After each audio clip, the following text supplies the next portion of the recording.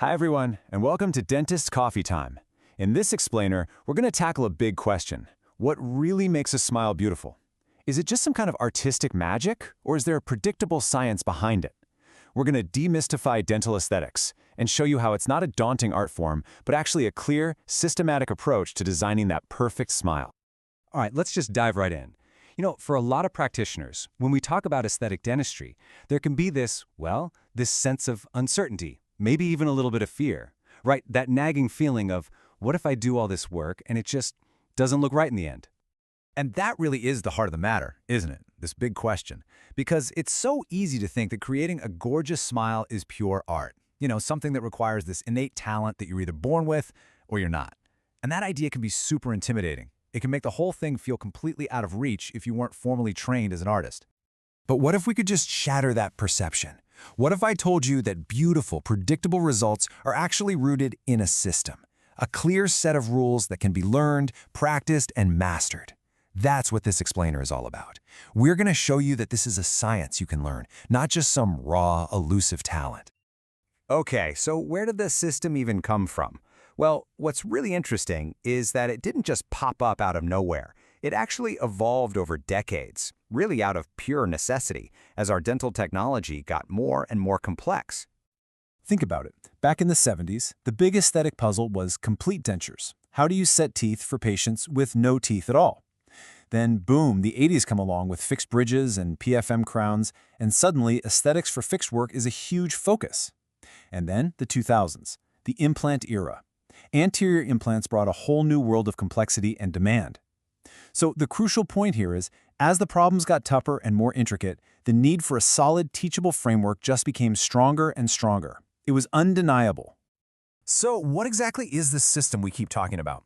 Well, it's this really elegant, logical, three-level approach. It's all about starting from the big picture and systematically zooming into the tiniest little detail.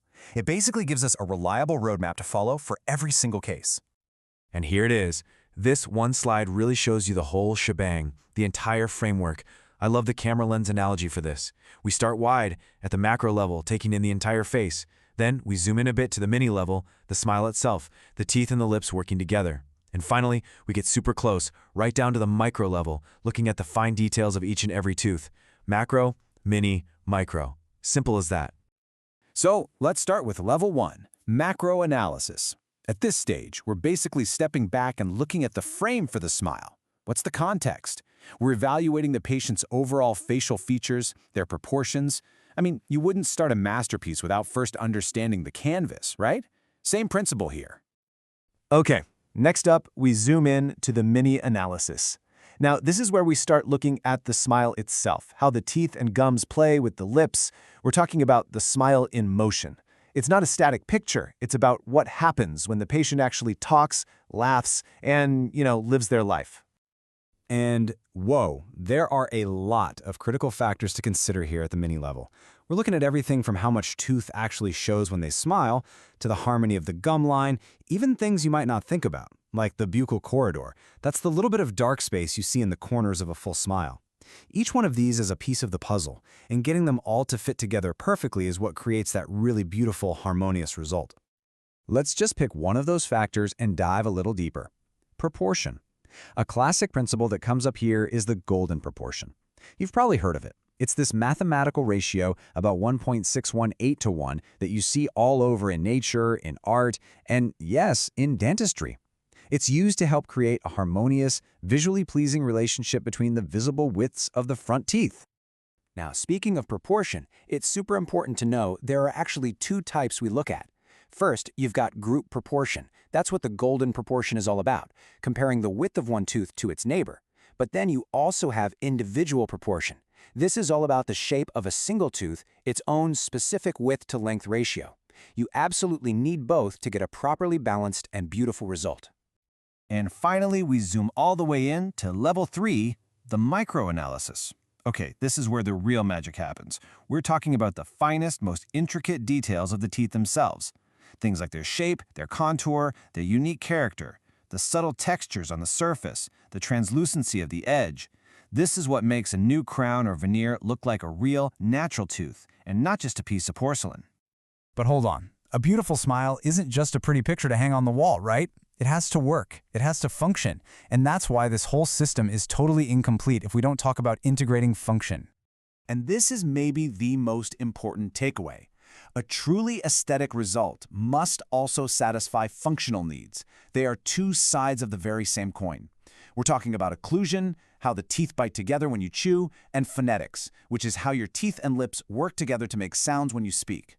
For example, the length and position of your upper front teeth is absolutely critical for making F and V sounds. You see? You just can't separate form from function. They have to work together.